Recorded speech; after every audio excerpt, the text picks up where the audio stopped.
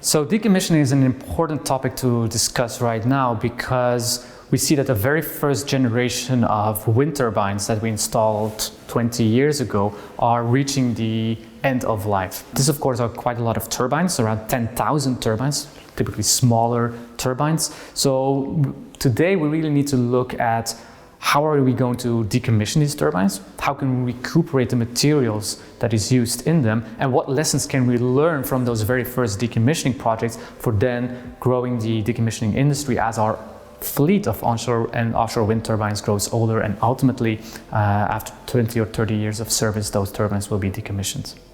If we're talking about sustainable decommissioning of offshore wind parks, I think there are three main aspects that are important. First of all, we need to deal with the logistics. So how will we get these huge offshore wind turbines back to the port and then process these constructions so that we can recycle them at the end?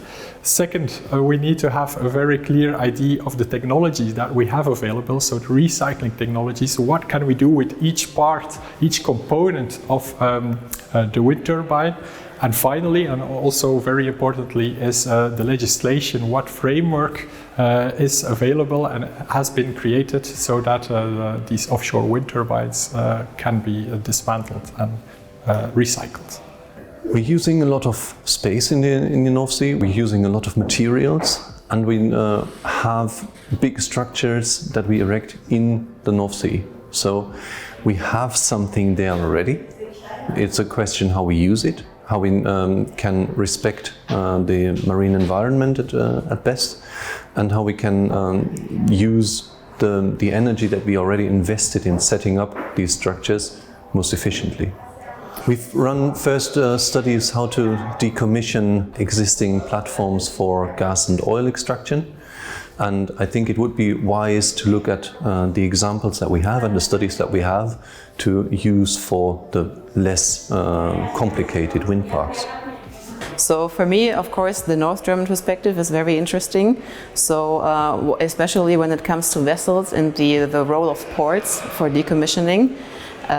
That's a point that we touch upon. How can we get our ports ready? What necessary infrastructure development has to be done? And how do vessels have to be adjusted to the decommissioning needs? Decommissioning is a topic that we have to deal with since it's a no-brainer, and everything you put out on the sea you have to get in at some point again. So definitely is a challenge that we have to face at some point.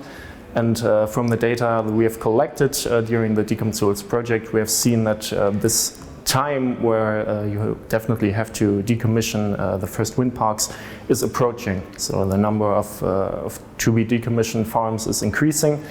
And when we talk about the energy transition and the aspiration to become independent from Russian gas and Russian fuel, you have to get the whole energy transition a lot faster than expected. We have to talk about repowering, we have to talk about scaling up offshore wind, and of course we need all the places. So repowering is an issue, decommissioning is an issue, all belongs together.